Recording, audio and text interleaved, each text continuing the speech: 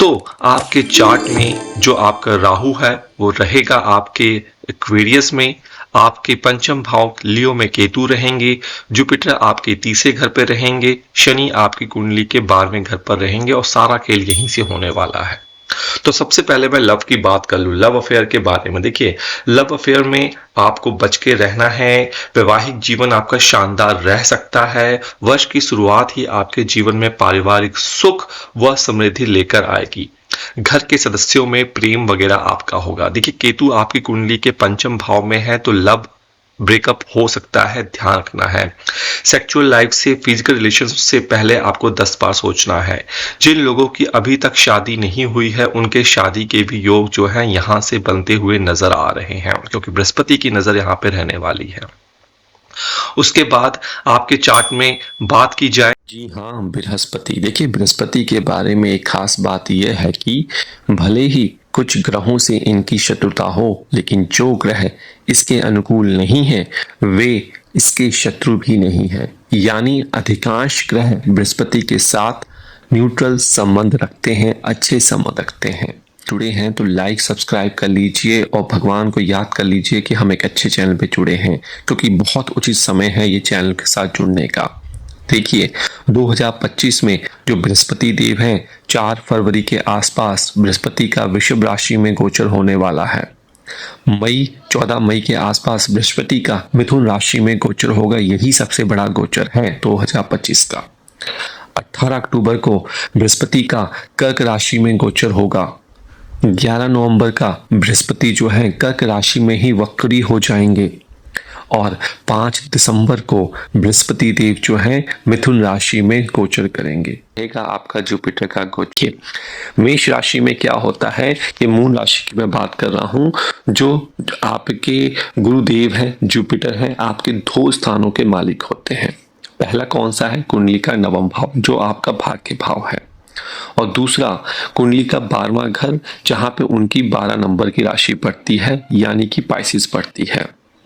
और इस साल गुरु जो है बृहस्पति जो है वो गोचर करेंगे कहां से, आपका टॉरस से मिथुन में, जेमिनाइन में वो गोचर करने वाले हैं। तो यह जो जेमिनाइन है 3 नंबर जो है आपकी राशि में, आपके बर्थ चार्ट में तीसरा घर होता है। और तीसरा घर किसका होता है, पराक्रम का होता है, करेज का होता है, छोटे भाई बहनों का होता है, इंटरनेट का होता है, कम्युनिकेशन का होता है। तो बृहस्पति के इस गोचर के प्रभाव से आपके अंदर जो है आलस की बढ़ोतरी होगी, जिससे आप अपने कार्यों को एक लंबे समय तक दिखेंगे स्किप करते हुए। आपको कार्य क्षेत्र में और जीवन के अन्य क्षेत्रों में रुकावटें जो हैं वो दिखती हुई नजर आ रही हैं।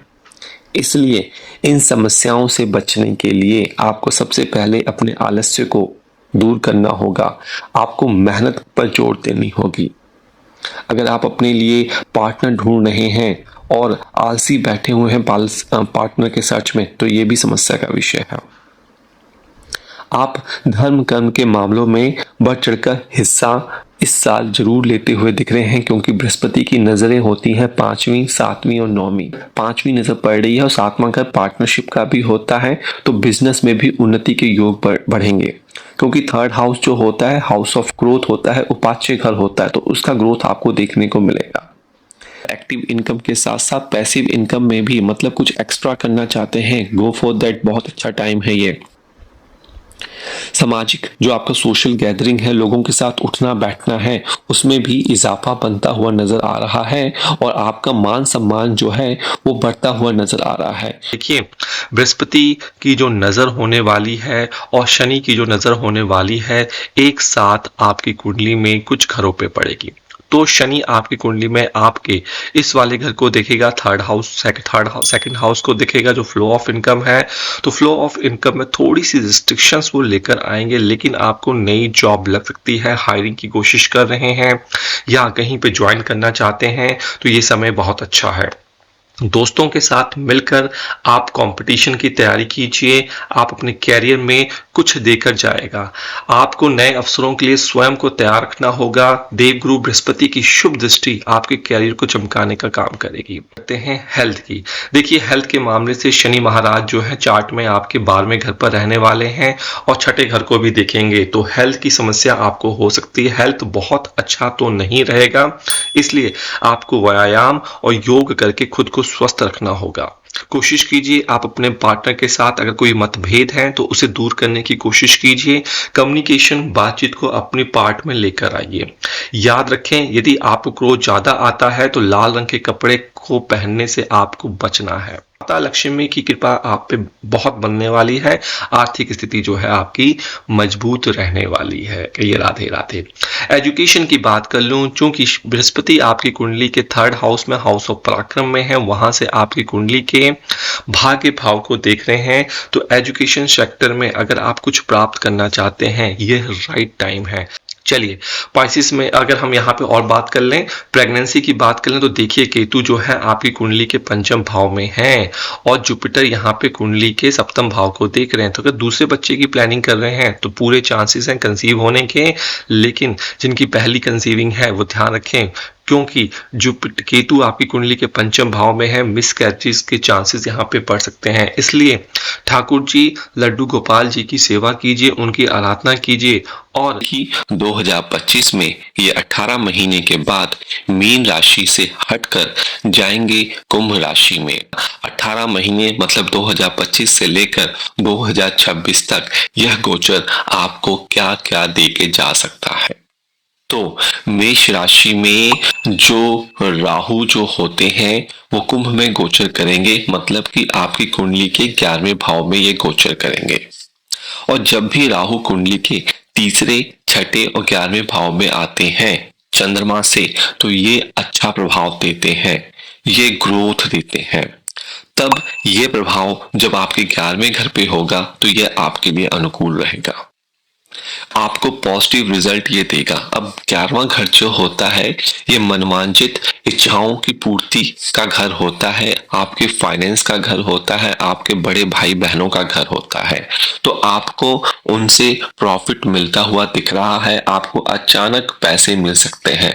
आपके दिल में जो इच्छाएं रह गई थी 2023 और 24 में, वो 2025 में ये पूरी कर देंगे। आपके प्रेम प्रसंग शुरू होने के योग बनेंगे, इसको नोट कर लीजिए। आपको आत्मविश्वास यह देगा। अगर आप म्यूचुअल फंड, शेयर मार्केट में इन्वेस्टमेंट करना चाहते हैं तो यह बेहतरीन समय जो है आपके लिए होगा। आपको आपका जो सोशल स्टेटस है वो भी बढ़ेगा, उसको भी स्टेटस मिलेगा। साथ ही साथ आपके बहुत सारे नए फ्रेंडशिप बनेंगे, दोस्त आपके जो नाराज थे वो आपके पास आएंगे। मैं राहु की दृष्टि को कंसीडर करता हूं, तो राहु की भी वही दृष्टियां होती हैं जो बृहस्पति की होती हैं, 5वीं, 7वीं और 9वीं दृष्टि। तो इन तीनों दृष्टियों की वजह से आप अपने प्रियतम को खुश करने के लिए बहुत कुछ करने की कोशिश करेंगे। मेष राशि फल के जातक होंगे और यह जो ट्रांजिशन मैं बता रहा हूं आपको मून राशि के हिसाब से बता रहा हूं।